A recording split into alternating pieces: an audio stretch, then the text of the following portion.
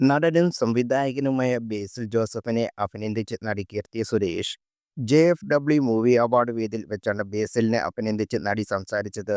അഭിനയത്തിലായാലും സംവിധാനത്തിലായാലും തൊട്ടതെല്ലാം പൊന്നാക്കുന്ന താരമാണ് ബേസിൽ എന്ന് കീർത്തി സുരേഷ് പറഞ്ഞു. തൊട്ടതെല്ലാം പൊന്നാക്കുന്ന ആളാണ് ബേസിൽ. അഭിനയത്തിലായാലും സംവിധാനത്തിലായാലും അത് കാണാം. പിന്നെ എനിക്കൊരു കാര്യം പറയാനുള്ളത്, ഇങ്ങനെ ഓരോ ആഴ്ചയും ഓരോ സിനിമയെ വന്നാൽ ഞങ്ങൾക്ക് നായകന്മാർക്ക് ജീവിക്കാൻ ബുദ്ധിമുട്ടാകും. വീക്ക്ലി സ്റ്റാറാണ് ബേസിൽ. എല്ലാ ആഴ്ചയിലും ഓരോ സിനിമ കാണും. ഇതൊരു തമാശ പറഞ്ഞതാണ്. നടനും സംവിധായകനുമായ ബേസിൽ നേടിയിട്ടുള്ള എല്ലാ വിജയങ്ങൾക്കും അഭിനന്ദനങ്ങൾ. ബേസിൽ അഭിനയിച്ചതിൽ ഏറെ ഇഷ്ടപ്പെട്ട ചിത്രം ഗുരുവായൂർ അമ്പലനിറയിലാണ്. സംവിധാനം ചെയ്തതിൽ മിന്നൽ മുരളിയും, കീർത്തി സുരേഷ് പറഞ്ഞു. മാൻ ഓഫ് ദ ഇയർ പുരസ്കാരമാണ് JFW വേദിയിൽ ബേസിൽ ഏറ്റുവാങ്ങിയത്.